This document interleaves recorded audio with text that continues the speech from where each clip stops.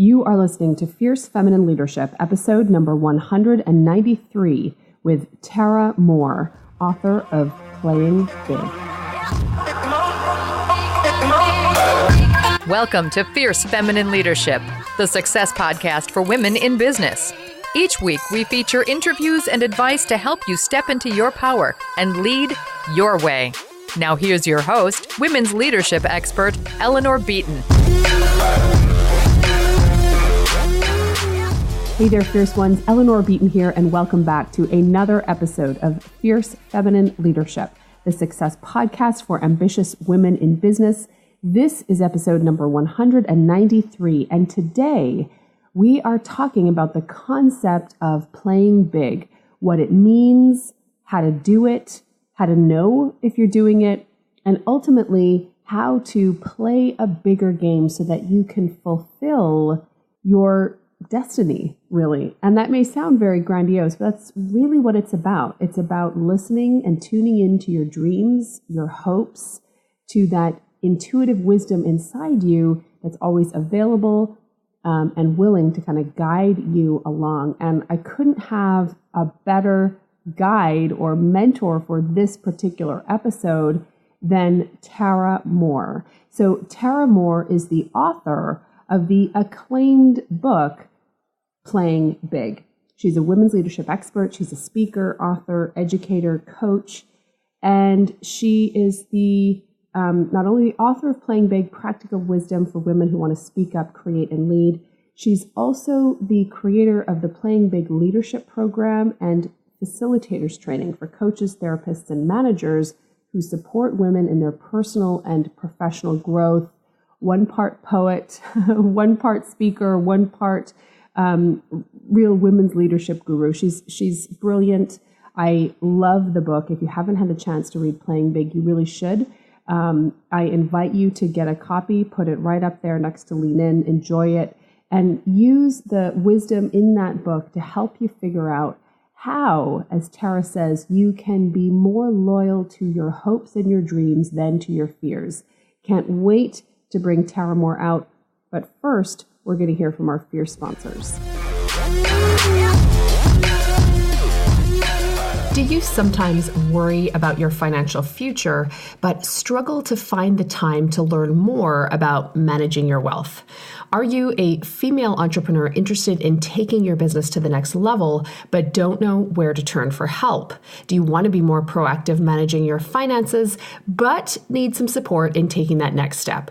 If so, then it's time to claim your financial power and get the support you need. Our fierce sponsor, BMO, the Bank for Women, is a smart first step, and you can join the conversation by visiting bmoforwomen.com. Come on! Tara Mohr, welcome to Fierce Feminine Leadership. Thank you. Thanks for having me. Well, it's such a pleasure to have you. I am a huge fan of your work. A lot of our listeners reference the book, so lots of big fans here.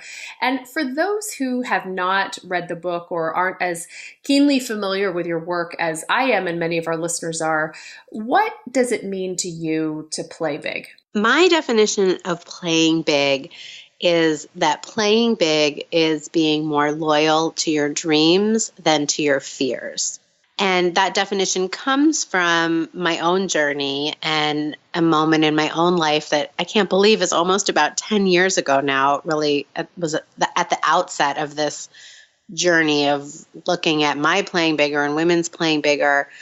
About 10 years ago, I was in a different career, one that was good and looked good from the outside and had a lot to like about it, but I felt very much like I was kind of dying inside and like the world was getting black and white and gray, and I wasn't doing what I knew I really wanted to do but wasn't brave enough to do. And in the process of getting more in touch with that truth, I was up one night in the middle of the night thinking about all that was happening and the direction that I might want to take next. And that notion of, there's my dreams on the one hand and there's my fears on the other.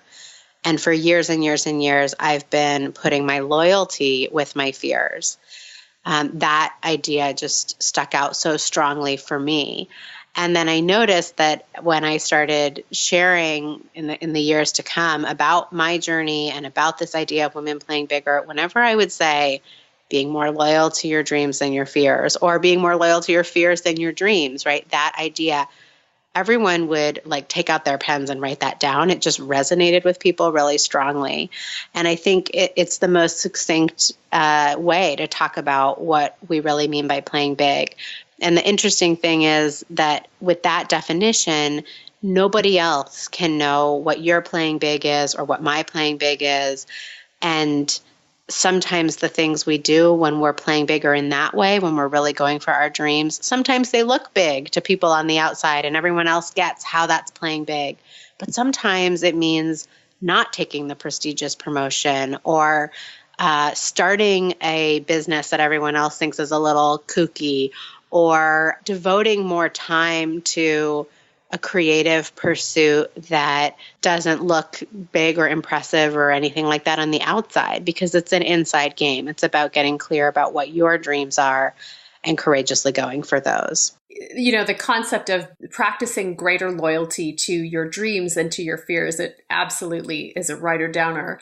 And while that definition is going to be unique to whomever, you know, you're talking to or whomever hears it, the book Playing Big, that was written for women primarily, you know, and I'm sure lots of men have read it and got great stuff out of it. What is it? Why did you write this book for women? I wrote the book for women because of what I was seeing in my life, among my friends, among my women coaching clients, and in myself. And what that was I was completely inspired by the women around me. I felt like my life was full of these incredible women who were ethical, conscientious. You know, around the time that I started doing this work, I always think back to two colleagues from my former career in the nonprofit world and in the philanthropy world. They're both in their 50s and have kids that are a little older and work in this foundation. And we were taking a walk, and one of them was talking about what was going on in their kids' school district and what was wrong with it and what she thought needed to be happening instead.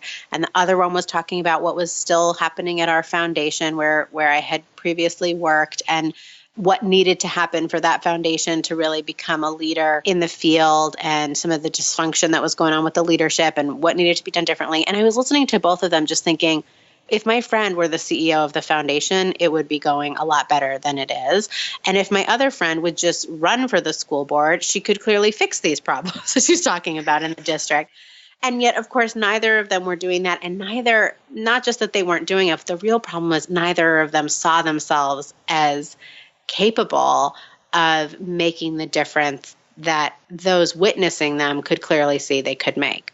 And then in my coaching practice, I would see the same thing all the time. Like, such and such client, here's her ideas for her company, for her industry. She's reading all these interesting things for, that relate to her field and putting together ideas in a novel way, and is sitting on so much. And yet people in her organization don't know it because she doesn't speak up. She doesn't believe in herself enough to feel like these ideas are ready for prime time. She thinks she needs 10 more years of experience and training and such, when it's so obvious she doesn't. So it's like seeing that again and again and again, and thinking about the compounding effect of that in our world, all of the latent brilliance and compassion and talent.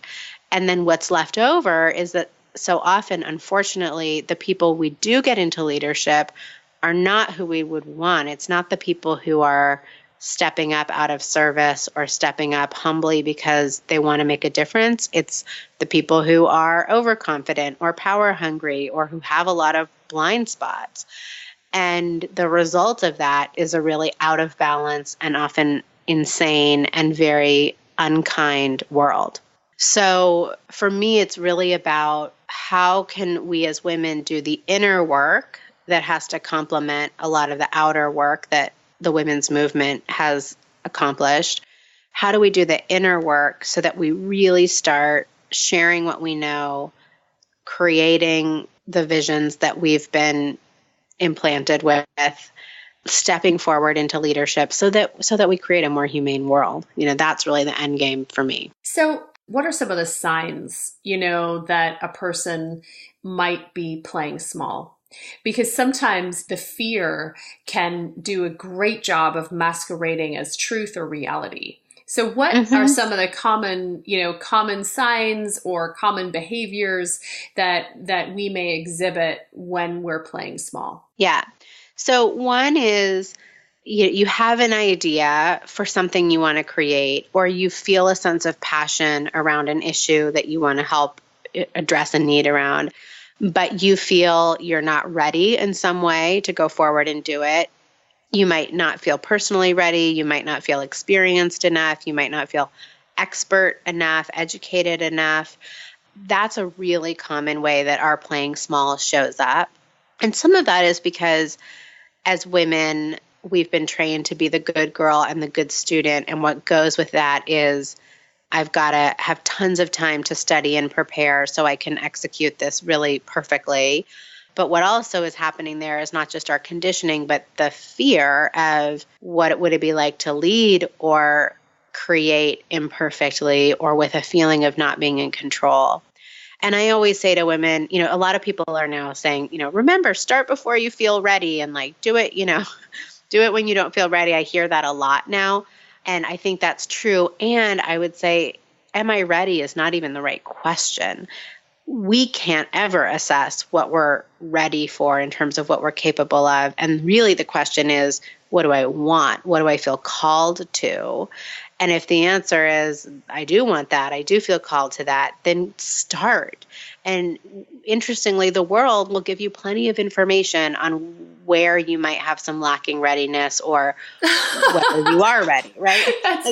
You don't have to decide that by yourself. The world is going to tell you, polish that skill or strengthen your business plan or, go raise more money. Or they're going to say, wow, walk right through that gate, honey. We're here to welcome you and cheer you on. That concept of we are not necessarily capable of assessing if we're ready or not. Ask a better question, ask a different question. And then, of course, the idea tied in with that the world gives us lots of feedback, about what we need to do. I love that concept. And it really takes some of the pressure off, doesn't it? Yeah, because it is really stressful to decide, how can you possibly know if you're ready? How can you possibly know? I often think here of many years ago when I had just was in the first couple years of blogging about these ideas and coaching and starting to teach the Playing Big course. A person from the PR world emailed me and said, I really like your content. I've been reading your articles at the time, mostly at Huffington Post. And I think you should be reaching more people. And I want to help you do that. And I, of course, at first was like, this must be a crazy person because no legitimate PR person would be cold emailing me or whatever. But I got on the phone with this woman and she turned out to be a legitimate PR person with a great background. And so I said, okay, sure, I do want my work to reach more people. And I do think it'd be fun to do more in the media. Let's try out working together for a couple months. And she said, okay, so here's how it's going to work. First, we're going to pitch some local outlets. You'll get some experience doing some really small local television. And then when you have that and we can sort of send on those video clips, and you can do some regional, like the bigger local markets. And then when we have some of those bigger local markets, then we can start pitching some national media. So I'm like, great. That was like in June. And in July, I was shopping in a clothing store and checking my email, and I look and see this email from her, and she says, Tara, I have great news. I booked you on the Today Show. And there had been no local media. There had been no larger regional, anything. I had not approved of this plan. She was a women's leadership coach too. Yeah, exactly. I would not have approved of this plan. I would have told her I needed a lot of practice. I would have told her my message wasn't honed enough, And there we were. And that was actually the very first television I did. Interestingly, she had also never booked anyone on the Today Show. She was emerging in her own, career as well. She didn't act shocked, but it might have been a little bit of a surprise to both of us. And so there we were. And I, of course, my inner critic and my brain thought I wasn't ready. But I went forward with it because I knew it kind of seemed too dramatic to sabotage the opportunity. Although I did try to postpone it several times and she would not let me. And of course it went great. And so we just don't know what we're ready for until we do it. In the work that you've done, what's sort of one more common way? You know, there's obviously this idea of not being ready. Is there something else that has emerged in your work as a really common expression of playing small? Feeling a little bored. If you feel at all that your life is boring, if you find yourself searching for excitement through adventure experiences, like nothing wrong with skydiving, but if you feel like you need skydiving and you need exotic vacations to bring aliveness and thrill into your life, or you need that kind of risk taking, in my view, it often means you're not actually taking the most important risk, which is the risk around living your authentic life and pursuing your individual path, having the courageous conversations you need to have, speaking your truth, creating your life as a unique expression of you. That brings plenty of thrill and adventure and excitement if you're really doing it. So any kind of sense of things feeling a little bit, that sort of life is happening in gray tones that I was mentioning before rather than in full color, or feeling a little bored, feeling like you're kind of mostly living in a comfort zone and you're not doing things that bring that sense of thrill and fear. That's a sign too. So what do we do about it? You know, what do we do if we have this sneaking suspicion that we're playing small? What have you found to be really effective here? This is where what really became like an arc, a journey, that is what's in the Playing Big book and the courses came. Because when I first started my coaching practice, again, I didn't know what my focus would be. I had always had a passion for women's issues and leadership, but I didn't know how that would figure into the coaching work I was doing. And then I started seeing this pattern of all these women who, as I was saying before, were so brilliant and didn't see that in themselves and were stuck in a lot of ways. And so in my coaching work, I started to experiment with a lot of different tools and ideas to see what would help them the most. And from there, called what were the most powerful tools for the full range of people. And there's sort of a handful of key things. One is doing work on your inner critic. So we've all got that voice of self-doubt. It tends to be a big part of what's holding us back. And so getting awareness of that voice and learning how to manage it is one piece, and we can certainly talk more about that. Another is what I call accessing your inner mentor. And that's all about finding your inner wisdom, a very reliable, calm, loving source of clarity, and starting to let that part of you set your course and help you make decisions and guide how you show up in the world. And then a third major piece is what I call unhooking from praise and criticism. And there's a lot of reasons that for us as women, praise and criticism is a whole different thing than it is for our male counterparts. And on the praise side, we're socialized to be much more seeking of praise, to focus on being likable, to do what earns praise and not, doesn't rock the boat. Historically, we needed to do that to be accepted and in many cases to even physically survive.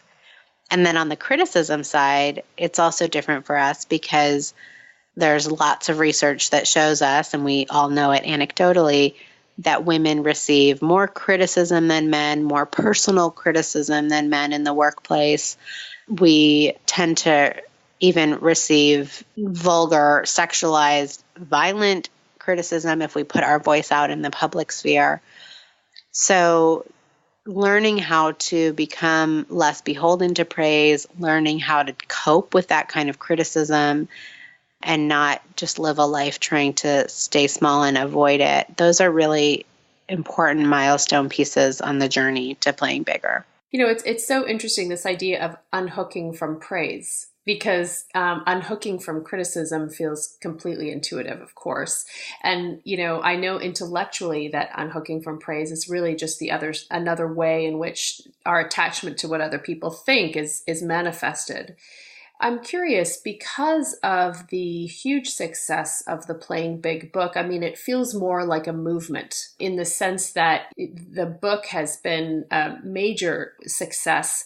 The message itself, it's basically like its own hashtag. I mean, it's been really, really successful. And, anybody who's inside the field of women's leadership, chances are strong that they have heard of this book or read this book. I'm curious about when you put something out into the world like this that has such an impact, that is by so many standards and measures enormously successful. How has that impacted your unhooking from praise? For me, it's been the other way around in that I really needed to unhook from praise in order to become a writer in my adult life. To share a little more about that, I grew up with a lot of praise, in my life. I had supportive parents. I had a mother who came from a childhood that, left her feeling like, well, no matter what, my kid is going to have a different childhood than I had and is going to, know that they're special and be told that they're special and lots of things that, she didn't hear as much as she wished she had. And then I was really encouraged to be a good student. I was a good student. So I had, I was in that whole cycle of getting the gold star and the A's at school. So I was really set up for all the issues that we now know come for women when they've gotten a lot of praise. For people who aren't familiar with that research, it turns out, and you probably know this already if you grew up getting a lot of praise, that doesn't help us be confident. That when kids, but especially girls, the effect is especially pronounced for girls and for high achieving girls, when they receive a lot of praise, particularly when that praise is formulated as kind of being about their innate abilities, what it causes in them is not confidence, but rather fear about taking the next step or challenging themselves because they don't want to disprove the praise. So if a grown-up says, you're so good at math, what you then see a young girl do in these studies is when she's offered to take the next more challenging math test, she doesn't want to take it because she doesn't want the grown-up to find out she's not so good at math. She doesn't want that praise to change. So for me, I just came out of that childhood and all those years of school very hooked on praise, very therefore sensitive to criticism, wanting everyone to like my writing.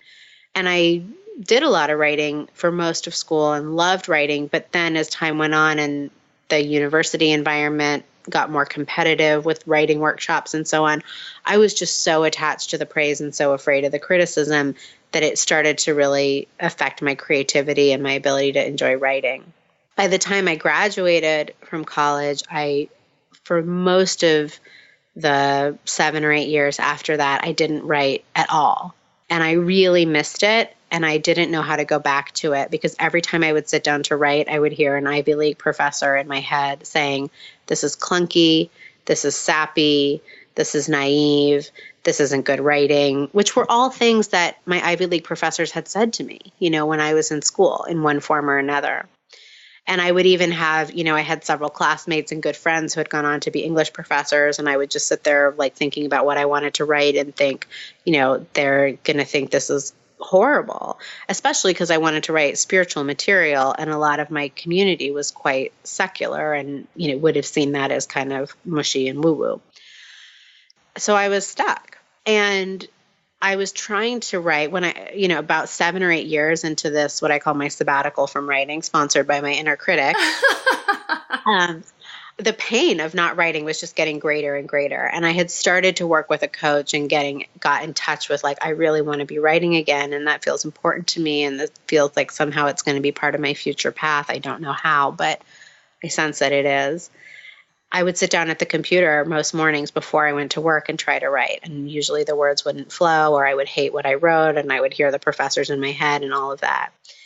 And then one day, thankfully, some voice came in and the voice was very clear in that moment and just said, Tara, if you are going to write, you have to write completely for you. You can't write for anyone else. You can't write because of what anyone else is going to think of it. You have to write because of how you feel when you're writing, because of the joy it brings you and the fulfillment it brings you. And somehow that day I just got that idea. And that day I wrote for myself. And it was just like manna from heaven. It was like, oh my gosh, this is my running, this is my skiing, whatever other people love. That's it for me. Like I just connect with myself, with everything I get on that high through the writing process. And the next day I sat down and tried to write for myself again and did. Interestingly, I was publishing those as blog posts at the time. I was still blogging, but I wasn't doing it for anyone else. I was doing it because of how it felt for me to do it.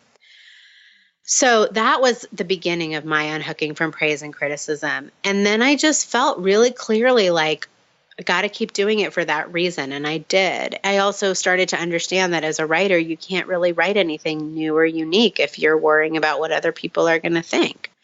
You got to be true to your muse and your inner voice. So by the time the book came around, I was strong on that. And I had years of writing that way. And so that, didn't feel like an issue. And it's funny, like you're saying all these things about the book and its success. And I'm kind of like, I've never even thought about any of that really for a minute. Like, I mean, I care about the book making its way into the world. And so I'm always thinking about who else can we reach and how else can we do that. But I don't feel like, I think about how it's been received very much, except when I'm like having down days and feeling like, is this making a difference at all? And then sometimes it's nice to look at a note from someone who it has made a difference for or something like that. Well, yeah. And it's interesting. And I think that, you recently wrote a blog post about the difference between, confidence of the ego and steadiness of the soul. This steadiness of the soul approach is the one that's watching what happens without, as you say, necessarily being hooked to it, hooked to the outcome. Yeah. And really, knows one's own place. Like the steadiness of the soul is, I'm doing this work because of the difference I want to make, because of the people I want to serve, because of what I feel called to do. It's all about purpose. And there's a humility in sort of saying, I don't know what my appointed role is in the bigger picture. Like, I don't know what job God gave me here, except for I know what I feel called to do. And I know I have some sense of, some of the resources or strengths I've been given to do that.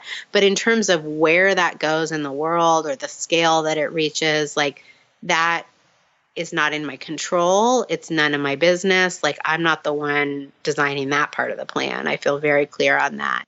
So there's a kind of spiritual humility that I think I certainly am not in every day, but when I think about the steadiness of the soul and what allows us to keep doing our work with it from a sense of purpose and letting go of lots of other aspects of the outcome, that's part of it. How do you maintain a steadiness of the soul? Because I think that connection and the energy with which you speak about that connection to your purpose is something that will bear a lot of resonance for listeners. And I know that their question is, okay, how does she do it? So how do you do that? And maintain is probably not a fair goal to give ourselves. It's more like spend a lot of time there, try and spend more and more time there, dip back in there when we fall out of it, knowing we will fall out of it. For me, thinking about who I want to serve is such a powerful grounding tool. And, going back to that Today Show example, well, then a few years later, I think it was actually a few years later, there was a time when I was get back on the show, and the day for the taping was coming up, and I was just getting like so nervous and scared. And I was getting so nervous and scared because I was totally in my ego, and my ego was worrying about how am I going to look on television next to two hosts who are, one is a size 0 and one is a size 0.5. And I'm glad that you also have very like how ridiculous concerns. Yeah. Yeah. What if this topic doesn't work in a 2-minute segment and it doesn't come across well and I don't come across well?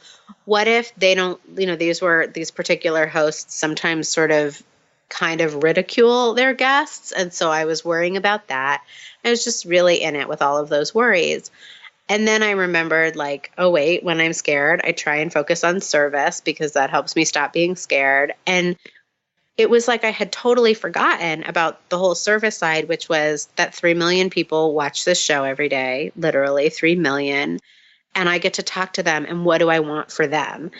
And for a woman who's catching a couple minutes on the Today Show, who might not otherwise really be connected to much personal growth or women's leadership material, like, what do I want her to feel in those 2 minutes?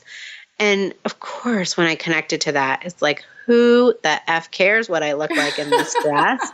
Like, there is something much more important going on. Yeah. And we can always do that. So it's shifting our focus. Now, this idea of playing big and the journey of staying more loyal to our dreams and to our fears, is this something that you master, or is this something that, it's kind of an endless journey? What has your experience been? Definitely an endless journey. And the reason it's an endless journey is because if we're alive, we're always coming up against our next playing big edge. If we're conscious, right, and being in touch with ourselves. Just last night, I was doing a speaking event for Lean In, the Lean In community in San Francisco. And the woman who introduced me is the CMO of a hot startup. She's had a lot of career success. And as part of her introducing the topic, she was talking about how through most of her career, she had paralyzing fear and self-doubt around public speaking. And when she was assigned to give a presentation, which was quite often, she would go through days of 100% spending her time and energy preparing on this, dropping all her other work, being in it, like complete panic about it, memorizing every word of the presentation, and so on. And then she shared how over the years, some things shifted for her and she had become more confident about public speaking. Okay, so the reason I'm telling this story is because when we hear a story like that, what we often think as women is like, oh, yeah, no problem. So we hear a story like that and we think what happens with time is, we become confident and we're no longer on the playing big journey, we're just playing big. But really what's going on in a story like that is that we've mastered one thing because it's become familiar or routine for us, and our new playing big edge is something else. And so, for that woman now, like going onto a corporate board or being responsible for the success of this startup rather than being in a more stable corporate environment are new playing big edges. And anytime we're on a playing big edge, we're going to have self-doubt come up. We're going to have fear come up. We're going to need our visioning tools. We're going to want to put in place all those tools for unhooking from praise and criticism.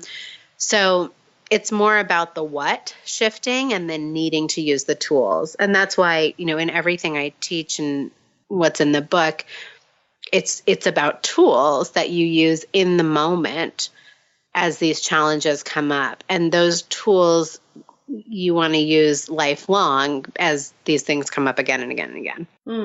So if the one of the big playing big edges that really gave birth to the book and the programs and the talks and the movement really and all the tools, if that playing big edge really was around writing for you and unhooking from, criticism and from praise in order to birth this body of work, what is the next playing big edge that you're playing with now? Yeah. There's a lot around for me moving into a more explicit spiritual focus in my work, which is kind of implicit in, people might say I have a more holistic approach to women's leadership, and there's some things in there that, feel a little spiritual, but there's a lot I want to say that's just squarely about prayer, God, who we are as manifestations of and children of the divine, and really kind of coming out and saying that, and also talking about what I see as the political and social implications of that is a next playing big edge for me. Oh, that sounds good. That sounds like fun. Yeah. And as soon as I have a child that sleeps through the night, I will get right working on that. That's right. For people listening, I have a 6-month-old right now. So I'm more in the simmering on that than the That's right. on that right now. But yeah. That's right. I love it. So where can our listeners go to learn more about you, about your book, about your work, and of course, to follow the journey and see this next Playing Big Edge? Where can we go to learn more about you? Yeah, we can definitely come visit at taramohr.com. And there's lots of great free resources there. And then the Playing Big book is available wherever and however you like to buy books. And it is on Audible. I get that question a lot now too. So you can do audio or read it.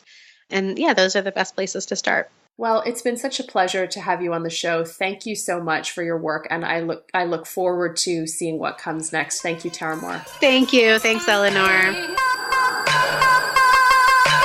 Thank you for listening to Fierce Feminine Leadership. Be sure to head over to iTunes and subscribe to the show. While you're there, leave us a fierce review. When you leave a review, your name is automatically entered into a monthly draw. Each month, we'll draw one reviewer to automatically receive a private coaching session with women's leadership expert Eleanor Beaton. So remember, head over to iTunes and subscribe to the show. Then leave us a review for your chance to win a private coaching session with Eleanor Beaton. Go to EleanorBeatonPodcast.com and sign up to get your free cheat sheet, the 5 critical leadership skills of 7-figure businesswomen. This free download will help you diagnose the exact skills you need to see major growth in your business and career. Head over to EleanorBeatonPodcast.com and get your free download today.